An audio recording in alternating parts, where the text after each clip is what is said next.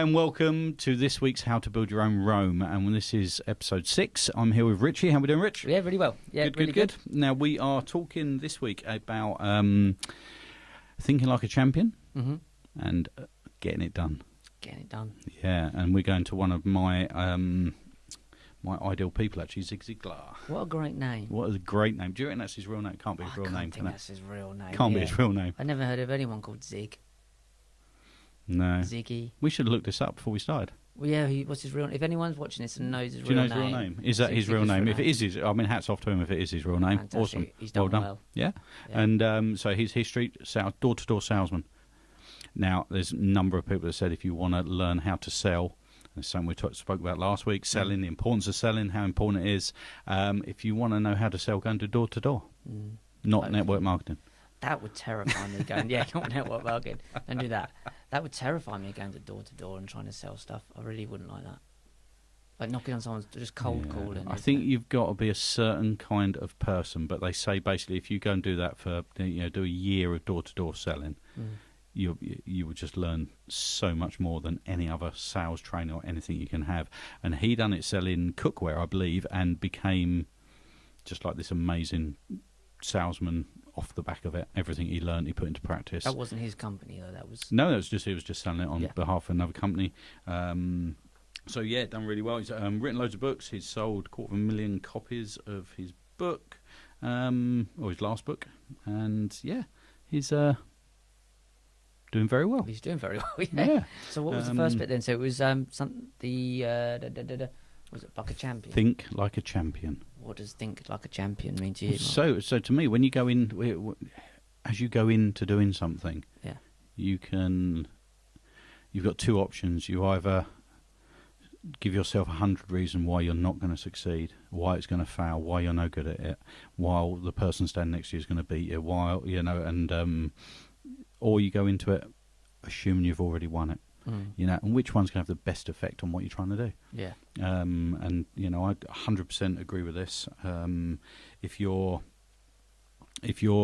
going into everything assuming you've already mastered it, going to every sale assuming you've already sold it, your success rate will go through the roof compared to going into it with the feeling that it's going to go wrong. It's going to, and you're going to get beaten. And I think that's how you come across when you speak to people. I think that changes your stance, your body language, changes the way you talk, changes the way, everything about what you're doing. It's, if you're going on stage to talk, imagine coming off a stage with every standing ovation, everyone clapping, that sort of thing, and you're going to go on there with a far better mindset than you are if you're going to go on there thinking about all the things that could go wrong. Oh, of course. And that's I think that's a, So it's a positive mindset, in a sense. Or is it more than that? I think it's a little bit more than that. It's a little bit more than just going into it with a positive mind. I think it's going into it like you're the best of the best. There's no way you can fail. And it's a little bit without it being...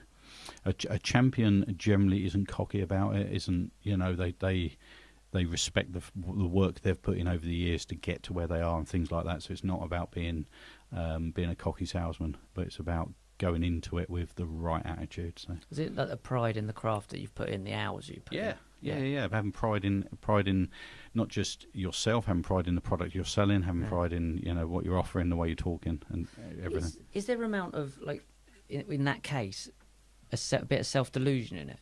Do you have to kind of convince yourself? Or is it something that you do know? No, you have to make yourself that champion as well. You have to know the product you're selling. You have to. I don't think, and this is where again back to what we spoke about last week, where people go into things. People class themselves as an entrepreneur before they are. People class themselves as a businessman before they've got a business. Things like that. Class themselves as a coach before they've actually had a client. All this sort of stuff. Educate yourself, make yourself that person, go out there, do it, and then class yourself as that. What about if I came to you and said, well, I'm calling myself an entrepreneur because I believe if I believe it and I say it, then I'm going to be one? Stop kidding yourself. Yeah. So there is a difference. Shut up. Yeah.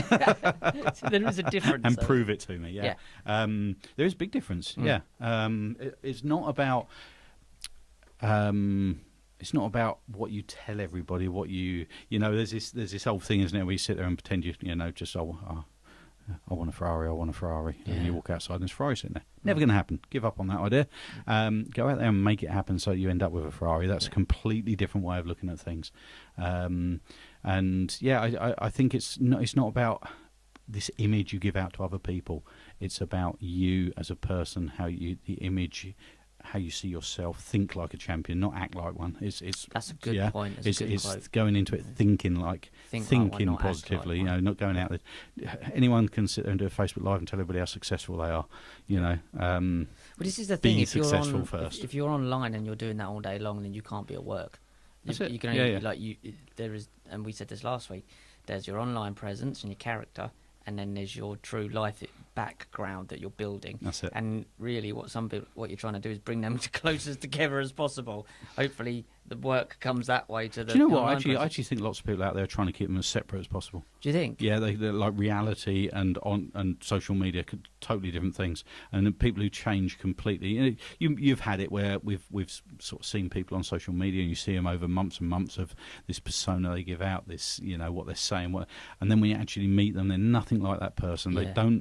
They don't practice what they preach. They're not educated in the field of what they're doing, and they just generally have had this fake life on social media for 5 years, believing that by having a fake life and telling everybody how good they are a businessman. Yeah, and that's we see it all the time. Someone's going to come to you and say, "Well, that's sales." Is it sales? No, it's not sales. It's lying to people and lying to yourself. Stop it.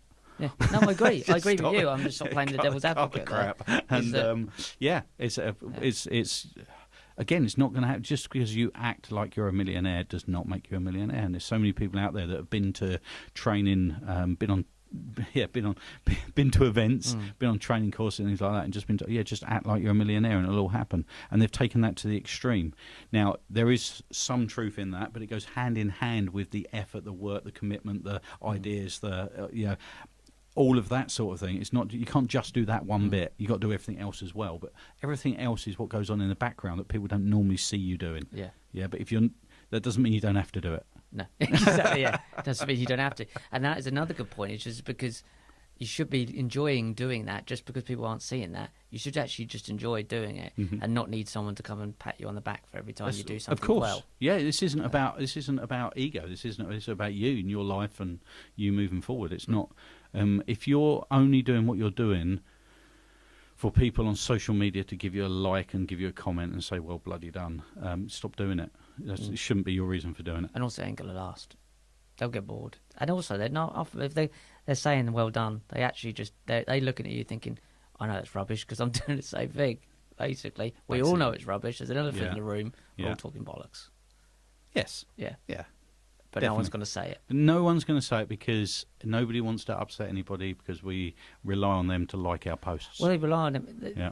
If you hold up my pretense, they'll hold up yours. And if anyone says it, and we all fall down. We all fall down together. And that's and just sometimes that falling down is really what most of these people need. Of course it is. Yeah. So because one of Zig Ziglar's other thing, do it right now. And this is really important. We spoke about this about 3 weeks ago. Basically, actually, if you've got an idea, go and make it happen. Just go and do it. But it doesn't mean just go out there and make the idea happen there and then. But do something about it. Do something about it. Start learning about it. Start, just start educating yourself in it, or whatever it is you need to do to make it happen. But start something. now. Yeah. Don't in 20 years' time, don't sit there saying, I did a great idea 20 years ago. They're the guys in the bar. I wish I'd done it. Yeah, I had this idea.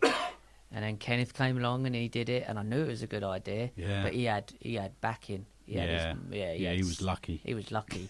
He was lucky he worked 15 years, brought that money away. Yeah, that's it. He was lucky. Yeah. Don't be one of the ones that are at the end of the bar kicking themselves. But go out and do something, which I think is a really good point. Go and do something, even if it's an email, it's a phone call, something. Whatever it is, just a step towards it. Though. Don't fool yourself into going, I've done something today, but it's actually in your heart of hearts that actually it's just useless at this point. So if I was to set a little task for people today, not that I want to get into doing this every week, but if there was a task related around this subject, everyone's got that one thing they want to do. The one thing they're waiting for, I don't know, they're waiting until after Christmas to start a diet, they're waiting until after the summer to, save some money, they're waiting, all these different things. Need to get that out of the way and then I'll do this, Decide what it is you want to do, set a time scale on when you want to achieve it by. And today, do the first thing on the list that you need to do to work towards it. That's it's building Rome, that's building Rome. That is exactly what we're talking about here. That is how to move forward. Don't be the person sitting there in 10 years' time saying, "I wish I'd done it." Yeah. You know, and that's such an important lesson. And everybody inside them has got one idea that could, make them a millionaire. Of course. And there is. I know a lot of people sort of say, "Well, everyone can't be millionaires." Yes, you can. Yes, you can. We've had this conversation as well. Yeah. If you anybody that doesn't understand finances, understand money and things like that, get either Richest Man in Babylon, brilliant book, or Money by our friend Rob Moore. Yeah. 2 books which will really make you understand money, how it works, and how everybody can be a millionaire. You know, it's and that's a good thing. Like Rob Moore's book points out that actually there is a function to this. This is how it works. Yes, like there literally is a workable function to this. Of how to sort of scale it. Do not save money, put it in the bank, and leave it sitting there, because you're never going to improve your situation, and you're holding everybody else back as well. That's a good point. Is that spending money? Sometimes you do have to spend money to make money. You've got to. But everyone's got to spend money. It needs to be functional. It needs to be put back in the system somehow to take out the next part, like buying a house. If you don't buy the house, you can't sell it for more money. You just sit there with the money. Yeah, and the chain. So house purchasing is a really good example, because if you take like a chain of, there could be a chain of 20 houses where people and they've all got to move the same day, and everyone's got to pay their fees and everything all at the same time, so that whole chain can happen at once. And if one person doesn't do their bit, doesn't do what they agreed to, or pay their fees, the whole thing falls apart. And that's money. That's how money works in everything you do, whether you're buying a house, a car, or a Mars bar. It's how it works. There's a structure that has to happen for all of that chain of events to stay happening every week. Yeah. Everyone can become millionaires. It's just, and everyone's got that idea inside them. And if you've got one of those ideas, even if it's just an idea that you think is a good idea and nobody else does, if it's something you honestly believe in, something that you know and understand, start either educating yourself towards it, start setting goals towards it, but just do that first step today. What is it I need to do today? And that's come back to the first one. Was it think like a champion? Think like a champion, yeah. Champions already happened. Train, bit by bit, and they think that they enjoy every little moment of it. And that's what this advert with a guy who's a runner, and a guy come up to him and interviewed him and said, it must have been a hard race today, and he said the racing was the easy bit. In the tracks, the easy bit. It's the 6 months preparation was the hard bit. This is the fun bit. Yeah. And that's always stuck with me. That is. And well, you think of the Olympics. It's only every 4 years, isn't it? And 4 years these people are training for 4 years. So somebody running 100 meters, train for 4 years for 10 seconds of your life. That's an amazing commitment. Yeah. Because that's what you're working towards, and that's amazing. And one of the things, it's one of his other points. Rule number 7: set goals. Again, exactly what we've just been talking about. Setting yourself a goal, set yourself a time target, which I think so many people fail to do. So many people fail to come up with a realistic time scale to do something. It's just something, I'm going to do that. So if you're looking at getting fit, don't turn around and say, I'm going to lose some weight. Set yourself in a target of, I'm going to lose this much weight by this date. Yeah. And go out there and make it happen. If you fail, and it takes another week or so to do it, or it's not, the only person that's affecting is yourself. But if you don't have a target, the chances are it's going to take an extra year. So that's what back to think like a champion again. That's how they do. They construct it in their mind, a piecemeal, do it bit by bit, but they see the big picture, and then they're able to deconstruct that. And then have that in small parts and basically work on that small part. There's one goal ticked off, which is also really helpful because you get to have little goals and little pats on the back along the way and going, I've achieved that little bit and I achieved that little bit, which is really, really helpful. So any more tips from Mr. Ziglar? Well, one really, really important one, have integrity. Massive. It's massive. You wouldn't think it is, looking at Facebook, looking at social media and things like that. They give it fake integrity, which has even gone one deeper. Faking integrity. Have fake integrity. That's hard work, though, isn't it? Is that not hard work? Yeah, of course. That's the essence of narcissism. Yeah. It's just fake integrity, and it just smells of fake integrity. Everyone can tell. I know, but I would just find that such hard work. It is hard work. Like pretending all the time. But It'd just be but it's this false like I care. It's almost this charity thing that loads of famous people do charity stuff. The ones that are actually doing a lot of them don't get seen for it. you don't know they're doing it. They don't. Doing it. Yeah, the ones that you know from a big scale doing it, they're doing it for to be seen. It's a PR thing. Yes, it's good because there's money getting to the people, so everybody wins in a sense. But the integrity behind it is questionable a lot of the time. Yeah, and again, it comes back to this thing: if someone's doing it, and it's I know, we've done things for charity and that in the past. Some things we've put on Facebook. What did we do last year? We've done that fun run thing, didn't we? Yeah. And there's other bits we've done. Actually, which you run the fun run, and then I had to run around filming you in the fun run, and you definitely had the fun run. I was exhausted with this camera running around trying to find them. But yeah, and so we've done stuff, and we'll put it on Facebook and things like that. But it's more about what we're up to rather than sort of trying to get kudos for doing it, I suppose. There's lots of stuff we do that we don't put on Facebook, but I mean, if your only reason for doing things is to put it on Facebook, then again, have a look at your integrity, have a look at your values. Disappointed because you're going to realise very soon tomorrow that morning everyone's going to have forgotten. No one's going to care. Yeah, that's it. Yeah. So the top 10. Shall I read them out? Yeah, read them out. Yep. Top 10 is having. So number 1, have a dream. Mm-hmm. Really important. Yep. Having that dream. Think like a champion. Number 2. Number 3, be committed. Number 4, do it right now. Number 5, be prepared. Number 6, keep your word. That's important. Really important. Yeah. Really important. We'll come back to that. Yeah. Number 7, set goals. Number 8, evaluate where you are. Number 9, have integrity. And this is one I really like. The reward, this is number 10, the reward follows the effort. Yeah. And this goes back, we were talking about this last week, actually. Who were we covering last week? I can't remember. We were covering, oh my God, I was asking. That was a while ago. Who were we covering last week? Wolf of Wall Street. That's it. Yeah. The Wolf of Wall Street. And he was saying about basically the end result, making the money is the quick bit at the end. Yes. Yeah. And very similar. The reward follows the effort. Put the effort in, learn what you're doing, learn your trade, learn your business, and basically, the money bit at the end is the reward for all of that. I think over that, encompassing all of that, is think like a champion. Yeah, very much. All 10 of them. Yeah, and I think it's. Do you know what? It's probably the best person in this book we've done so far. I think because it really is, really good lessons to be learnt there. You could write a whole series of training programs on just those 10 points. Really powerful stuff. So, So, anything to add on that? No, I think that's fantastic. It's just feel like a champion. There's so many elements that can go into that. This is from Evan Carmichael's book, Top 10 Rules of Success. So do grab yourself a copy because it's fantastic just to dip in and have a look at certain bits and just find some rules. So we have it here. Yeah. We have a hold it up for everyone. Signed copy. We have a signed copy, Evan. Yeah, and it's somebody, Evan Carmichael. We've worked with him.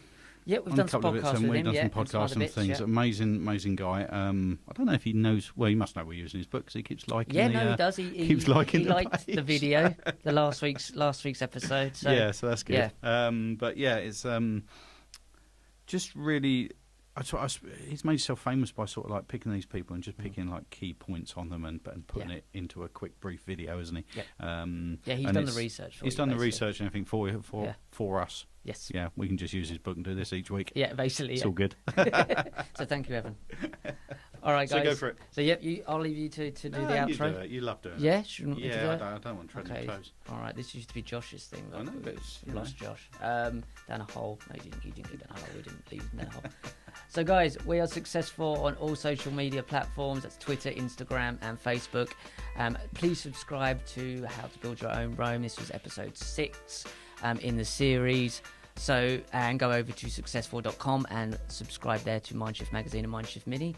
And we've got loads of great content. We've also got a new vlog out, which is called Progress, which we're going to put one out, hopefully a week, to show you how we're getting on and going along. Mark's phone's gone, so we'll speak to you later. Thanks, guys. Cheers. Bye-bye.